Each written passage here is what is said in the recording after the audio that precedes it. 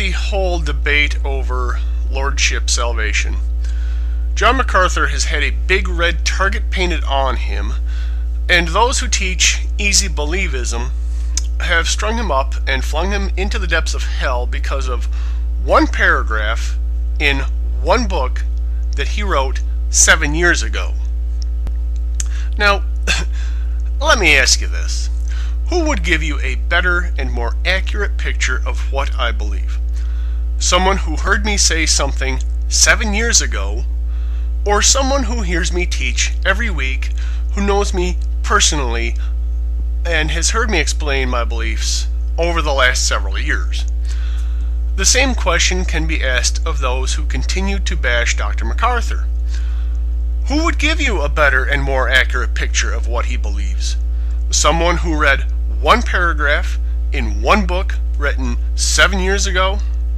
Or someone who knows him personally, works with him every day, and in fact is the editor of most of Dr. MacArthur's books?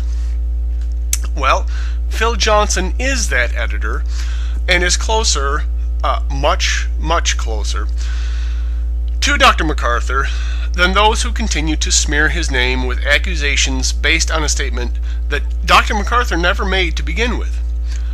The statement in question is this. This is from Hard to Believe, page 93, the first edition of Hard to Believe. Quote, "Salvation isn't the result of an intellectual exercise.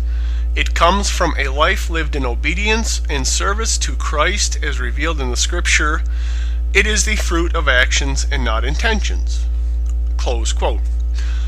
Now, it certainly sounds like Dr. MacArthur is teaching that salvation is the result of actions, but here is the kicker. Dr. MacArthur never wrote those words. Here is the explanation from Phil Johnson, which you can find posted over at Paleo Evangelical.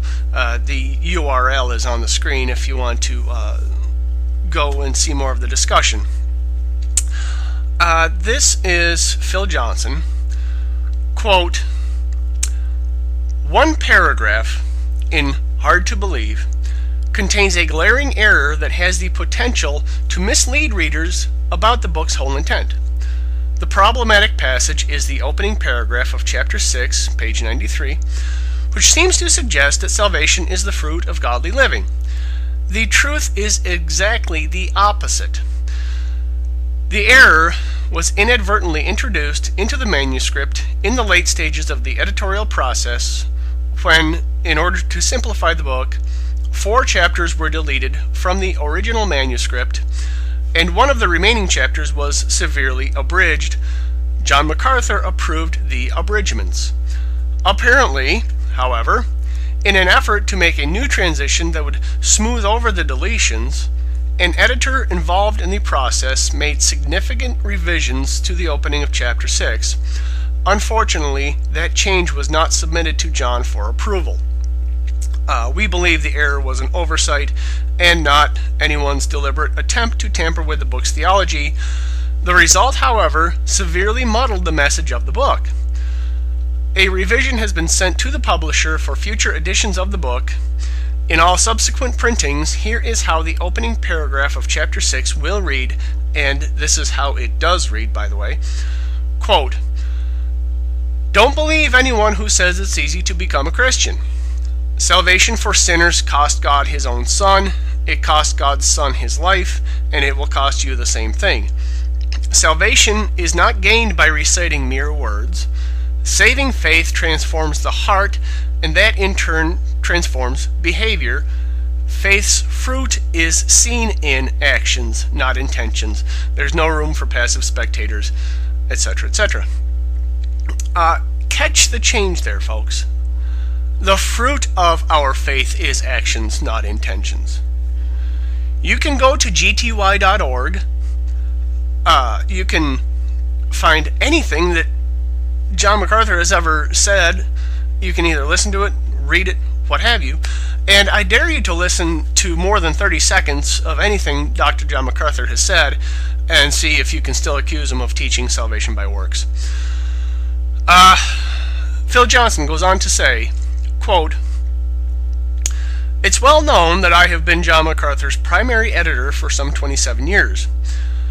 Hard to Believe is one of only 3 or 4 books since 1981 that I had no part in during the editorial process. At the publisher's behest, the editor of that book was a freelance editor with no connection to our ministry. He was a highly competent man whose editorial skills are impressive and whose work is generally excellent. He assembled and edited the first draft of Hard to Believe. John MacArthur read the manuscript, made revisions and corrections, and was generally pleased with the editor's efforts. I read a few samples only and agreed that the portions I read were excellent. However, some reviewers on the publisher's side felt there was too much repetition in the book, and that the book was too long. So during a meeting to discuss final details about the book just before it went to press, they decided to delete 4 chapters from the heart of the manuscript. John MacArthur agreed to the deletions, assuming it would be a simple process. The problem was that the original opening of what is now Chapter 6 referred to some of the material that was deleted. So the chapter opening was rewritten to make the different transition. To this day, I don't know if it was an editor on the publisher side or the freelance editor who rewrote that opening paragraph. But somehow, owing to the late deletion and the need to keep printing on schedule, the revision was never sent to John MacArthur for approval. Let me repeat that. The revision was never sent to John MacArthur for approval. Obviously, the paragraph was written by someone whose grasp of doctrine is minimal. That botched paragraph contradicts what John MacArthur teaches everywhere else about justification by faith. He immediately issued a corrective statement. In light of all that, the fact that the same critics keep raising this issue anew every 3 or so years raises questions in my mind about the real agenda of the critics." Close quote. And indeed it does. It does kind of make you wonder why people would still want to accuse Dr. MacArthur of saying this. The only reason I can think is this, that these easy believers don't want to know the truth. They don't want to believe the truth. And so they simply want to shoot down and smear anyone who dares to interfere with their pet theology and slap the label of heretic on them. The fact of the matter is that our salvation cost God His Son, and yes, it did cost His dear Son His life. And not only that, as Jesus said, if we are to follow Him, we must not seek to save our life, but to lose our life for His sake.